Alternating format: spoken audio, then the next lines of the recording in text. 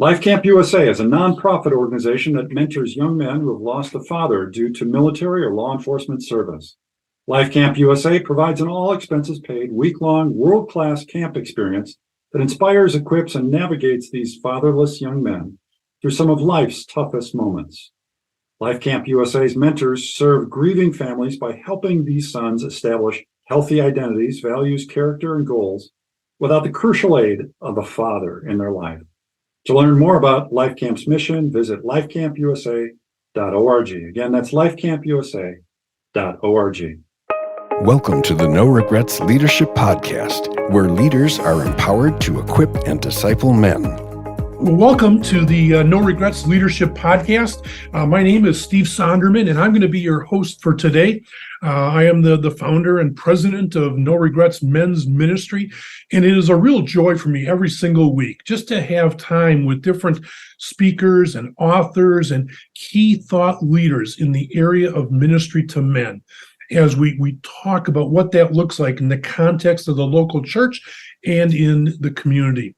And as you know, one of our goals is to help churches and organizations launch a disciple-making movement in their area. And today we have as a special guest, Ted Rifkin. He's from the Phoenix area with Sharpens men's ministry. And Ted has been involved in ministry to men for a number of years, well over 30 years now. And so he brings just a wealth of experience to the table. And I'm so excited to be able to just talk about what does it look like for you and I as men, as leaders, to pour our lives into other and to disciple them and to launch a movement of discipleship that has a multiplication effect. And so, Ted, thank you so much for joining us today. I'm excited to be here. I've listened to many of your podcasts. You have such wonderful people. I'm full of knowledge. I hope I can be worthy of the broadcast.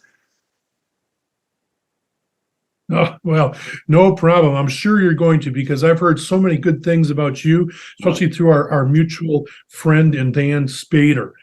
Ted, why don't you start by just telling our listeners a little about yourself and your ministry? Okay, well, it's kind of unusual. I grew up on the East Coast of Philadelphia. Interesting story is my father and mother were so different. They were World War II generation. My dad grew up not speaking any English. His parents were Russian Jews, immigrants. He only spoke Yiddish. World War II, he was training the Band of Brothers down in Tullahoma, Tennessee, on telecommunications equipment to go over for D-Day. And he met my mother in a little town in Tennessee. She was 16 years old. Married her shortly thereafter. So 2 years after the war was over, came home, and when they had my brother, they said, well, what are we going to do about Sunday school or Hebrew school? And neither one could make a decision, so they made us do both for 15 years. Oh, wow. Yeah, so we really had it, and we weren't happy about it. I have a brother who's older and two sisters, so that went on for a long time. And then, I met my wife, what a blessing, in 1990. And I believe my life was not going well at that time. I had a lot of physical illness, and I believe the Lord used her to bring me to Him. And I thank her every single day for that. And when I'm sitting like in one of our meetings in the back and I see all those heads, I'm counting all those heads, looking at all those, and I don't look at the numbers, Steve. I say those are each opportunities for Christ. Each opportunity is to share Christ and sharpen other men. But I come home and thank her every time because she's the one that got me started. And it was a blind date, but I say she must have been blind to go out with me, but I'm glad I went with her to church, and that was the beginning of it. And so anyway, then we moved to Durango, Colorado, a real small town to raise children, wanted to have it in a small area, not in Southern California. Yeah. And the reason I got started in men's ministry was I was an elder at the church playing in the worship teams. When you're in a small town, you wear a lot of hats. And I went to one of those conferences, men's fraternity conferences from Arkansas. And it happened to be on mentorship. And as guys broke up in small groups, they were all talking about who their mentors were and all this. And I realized, Steve, that I never had a mentor. And when I realized that, I was heartbroken. I said, what was so bad about me that no one wanted to ever pour into me? And as I drove home that day, my kids were 1 and 3 at that point. Now they're 24 and 26. And I said, I'm never going to meet another man who doesn't have a place to go for someone to talk to who wants to tell him about the Lord. And that's how I got started in men's ministry. Had a small group of the same 6 guys who met for 15 years in the lounge of a DoubleTree hotel in Durango. Mm-hmm. And then what happened was other men wanted to get involved. And I said, well, this is it's a closed group because of confidentiality and this and that. And so then we decided after about 15 years, we would let guys come in 1 day a month. And we were just swamped with guys. So we basically changed over to what's now called our Masters Men group in Durango. But, everything we do is volunteer. We absolutely love what we do. And then when it came time to move down here to Phoenix, prayed for a long time about, Lord, what do you want from me down here? I knew I was going to come down and volunteer to work at Christ Church of the Valley, which we love down here. My kids work on staff. My wife volunteers too, but wanted to come down here. I didn't see any men's ministry like this whatsoever here. And the kind of ministry was really about getting a man to tell you his story. Because Abraham Lincoln said, and I love this, he said, unless you get a man to understand that you're his sincere friend, he really doesn't care what you have to say. You've heard that expression, they don't care what you say unless they know you care. Yeah. So when our guys come in the door, and churches send us guys, some guys are in great shape, some men are in very bad shape. We also have alcohol and drug, groups, strong sexual addiction groups, and all kinds of golf groups and other things like that. But when guys come through the door of what we do, ISI Men's Ministry, they know there's no shame involved. Everybody, we're all sinners. We love these guys. And I love when men tell me, when we break them into the small groups every Saturday, when they tell me it's a total reset for their week, and ISI Men's Ministry is where they can really be themselves. That means a lot to me. Yeah. So we've been blessed. We started 5 years ago, and then COVID hit, and we got removed from the facility we were in because so many churches and ministries were closing. And we went to Zoom for 6 months. And out of the blue, got a call from a church here that said, we have 8 feet between our rows. We want you to come. And Dan Spader was part of that. And we've been there for about 4.5 years now. And it's been a beautiful relationship with that church. Their congregation, I believe, has gone up 30 or 40% because of our guys that came. It's a smaller church, just fantastic people full of integrity.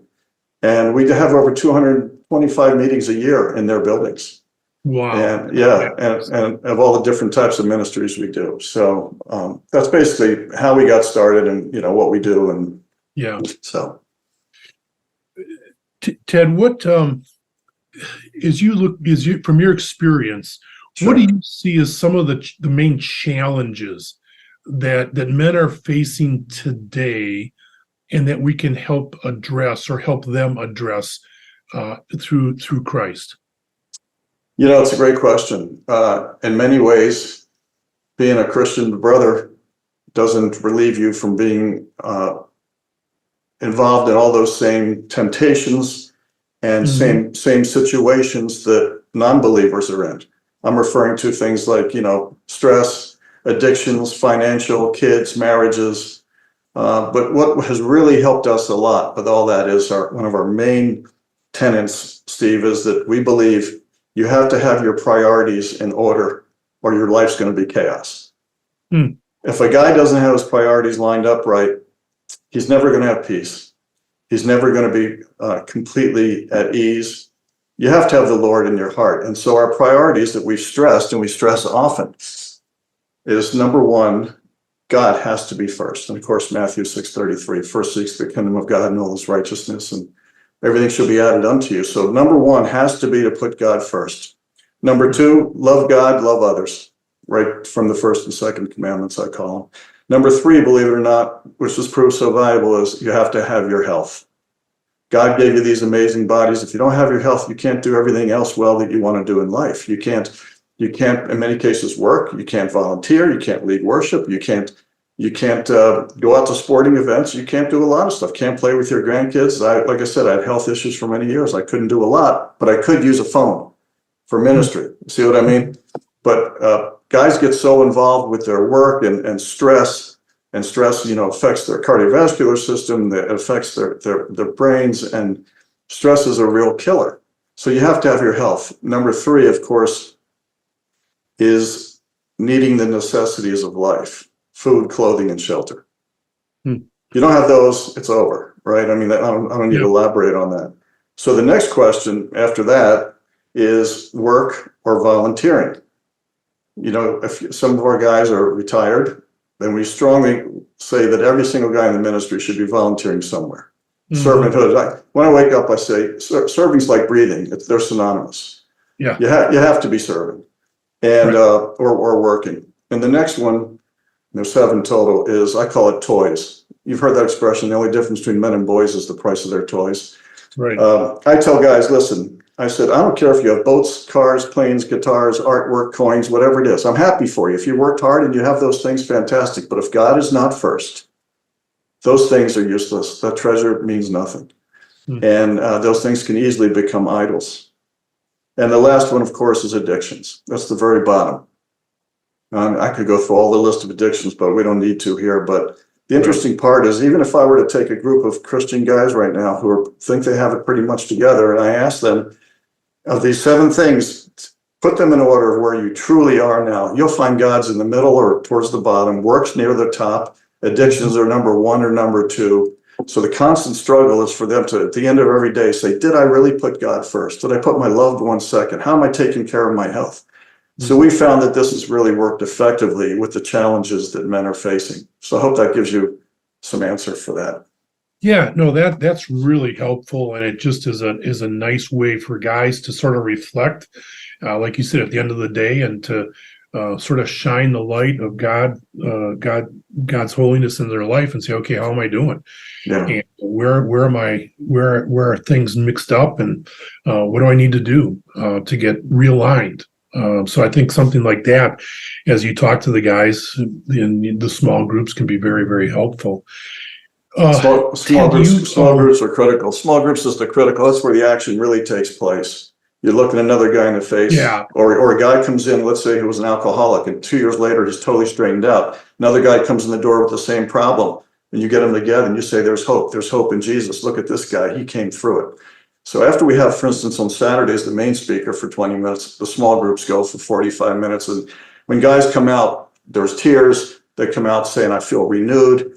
And that's when I know that we're making a difference and working hard at it. There's no greater joy than what we get to do. So let's just camp there just for a minute.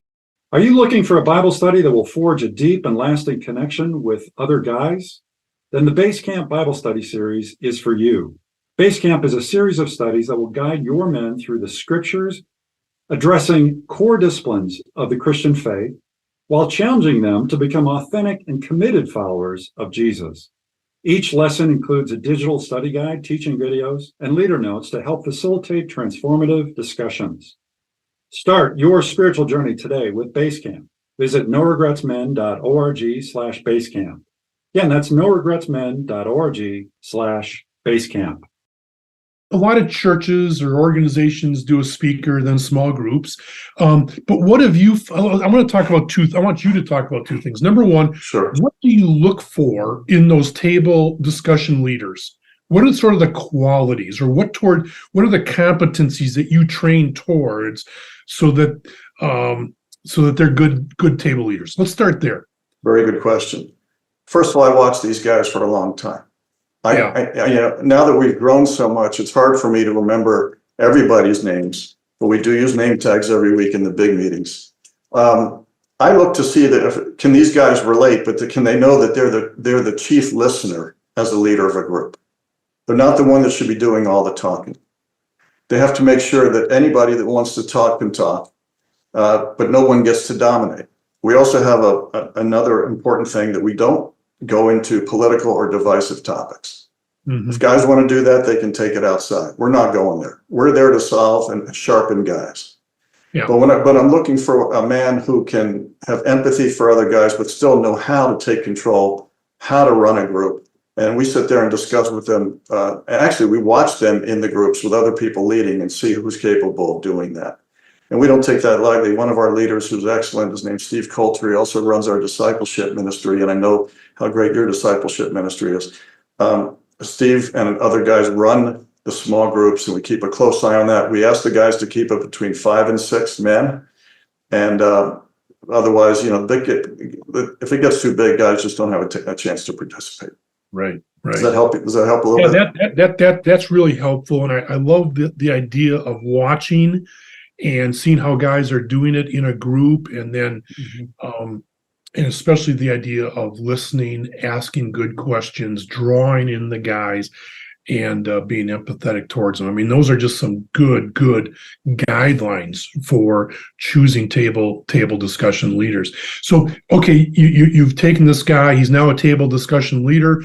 How do you help them develop? What kind of environment do you want at that table where a guy feels safe to be able to share and to talk?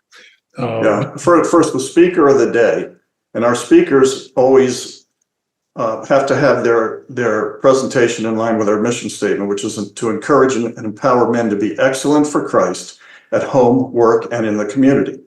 So all the presentations have to fit into that. Then the speaker gives us 2 to 3 questions that then we have up on the big screens, and that's what the guys are discussing. So, and one of the important things is that the small group leader keeps these guys on track to answer those questions and not go off on any tangents. Be honest with you, Steve, we lead a very controlled environment. We're very serious about what we do. We start, end on time, honor men's time, respect them, but treat them like adults. But it's we take it very seriously. There's no talking about sports. There's none of that stuff. We're there every week with the agenda of what we're going to do. Yeah, so that sounds good. So it's Saturday mornings at this church. Right. What's the time frame for the whole thing? Saturday mornings are from 7 to about 8:15, and then we have 4 different Bible studies during the week, AM and PM, different locations around town. And all the other groups that meet are in different locations around town, which is wonderful. A discipleship group, we have 70 some guys. It's only been going about 10 months, 70 men in one-on-one discipleship. And I know you're, like I said, that's an important part of what you do. Yeah. And so those guys will be meeting whenever they can meet, and that's proven very effective to work on a schedule that works for both the discipler and the disciplee, I call them. So that's really important. And Ted, why don't you tell us a little bit about what that looks like, the one-on-one discipleship? Sure. Our fellow, again, Steve Coulter, came from Wisconsin, like where you're in Wisconsin, correct? Steve came from Wisconsin, with all this knowledge. He had been through discipleship programs, I think 15 times. He came with this incredible outline. In fact, when I showed it to the gentleman I mentioned to you, Don Wilson, who founded CCV 40 years ago, Don thought it was absolutely fantastic. I'd love to send it to you. But we basically will pair a man with another man. It's usually a younger man, and they go through it. It's the purpose of discipleship for us is not just accountability and to learn the Bible, but to solve all the problems, if we can, from their life, from what they're reading in Scripture. That's what we want the discipleship program to do. In fact, Don Wilson told me he believed that in many ways the future of the church is discipleship, because large churches just don't have the personnel and the time to really disciple people. And I think that model that we're using, even the guys that aren't actually in the discipleship program, but in the small groups and the Bible studies, they're getting so close, hundreds and hundreds of guys, that that's making the real difference. So we're not a church. We don't want to be a church, but we want to really cater to men and sharpen them up for their families and for our community.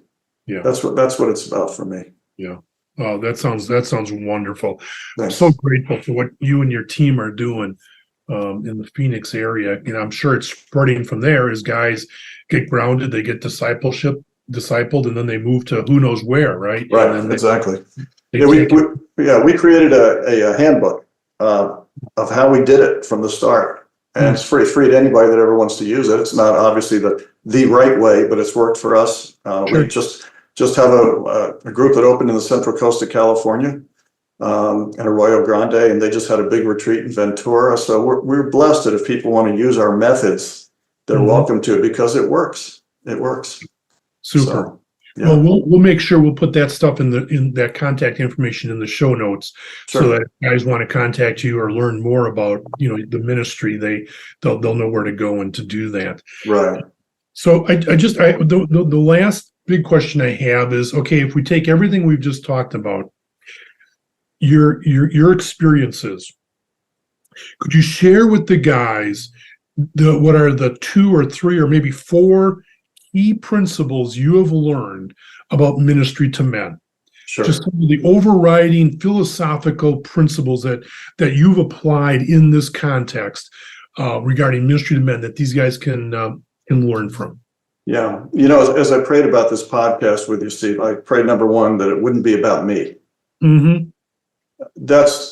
I think that's the way about our whole ministry. It's not about me. It's not about our leaders. It's about God. Yeah. And I prayed that this podcast would influence other guys in their ministry efforts and that God would bless it. But I would say 2 or 3 of the most important things that I've learned is you need a very strong mission statement. And you have to stay within the boundaries of that mission statement, because when you go outside your boundaries and get stretched too thin, a lot of times you lose your focus of your original mission. Mm-hmm. You got to be able to say no. Everyone's going to want you to do this, do this, do this. Yeah. Number 2 is have a solid leadership or servants council, we call ours. And I made the mistake, Steve. I started with 8 guys, way too many cooks in the kitchen. Now we have 4. Now we don't always agree on things, and we're friends. Yeah. But you remember Elvis operated in a vacuum. Everybody was a yes man to him, and look what happened.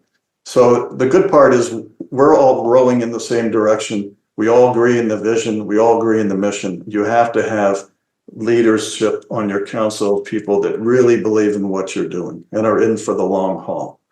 The last thing is you have to pray for your strong leaders, and I'm talking sub leaders, like you mentioned, small group leaders, disciple leaders, Bible study leaders. You have to be able, Don taught me, to delegate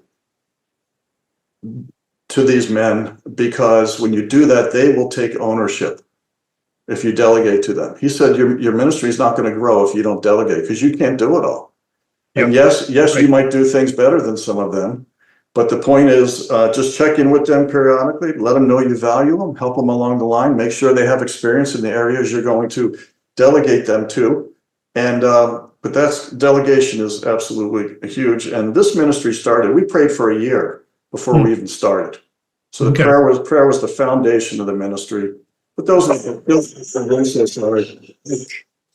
forget, have a strong mission statement, like I said, solid leadership. And that's one of the Amazon guy, forgive me. They're coming a lot this time of year, Steve. But that's what I believe. I believe that's the most important part. So, yeah, and those are very helpful, and I think those are all great reminders to anyone out there, whether it's a church or community ministry like yours or whatever, is to make sure you have those things in place. The foundation, your standard operating procedures.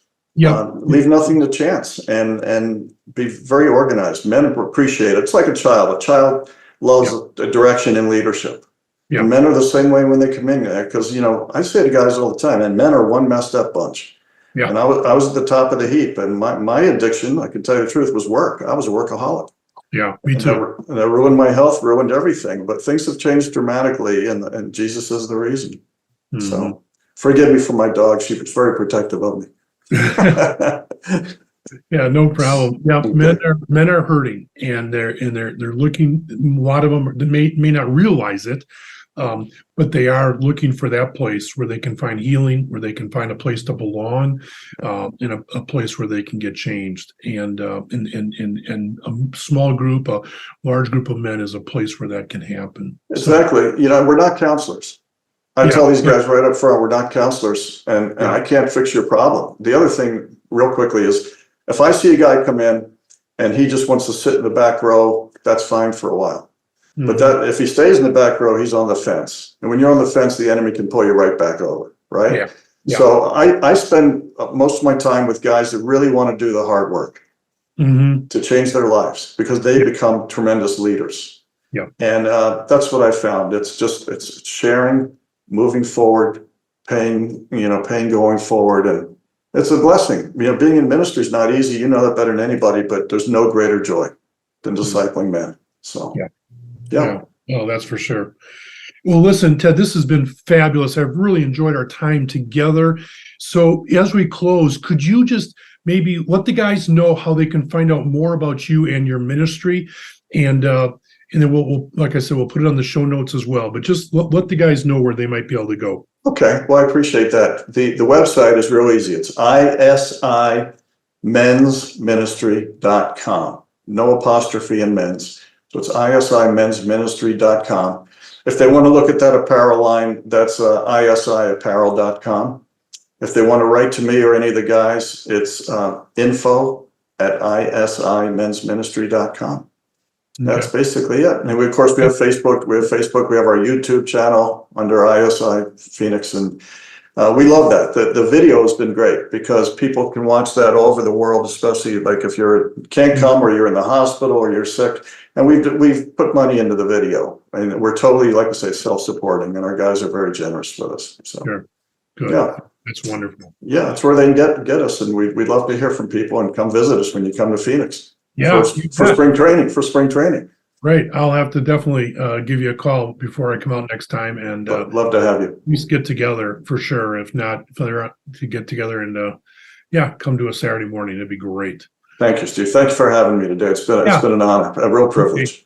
Super. Well, thank you. I really appreciate it. So on behalf of Ted and myself, we want to say thank you to each one of you guys who have listened today. We know there's lots of things that you could be doing, and hopefully this has been helpful. It's been encouraging, and you feel further equipped to minister to the men in your church and community.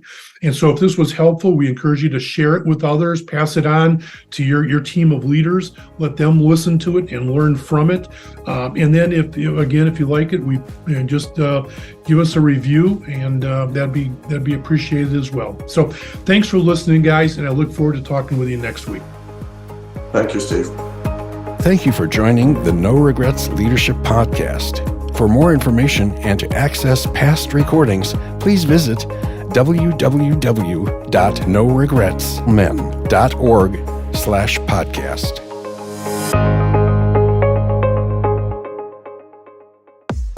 MK Cellular, your local U.S. Cellular authorized agent, is a proud supporter of No Regrets Men's Ministry.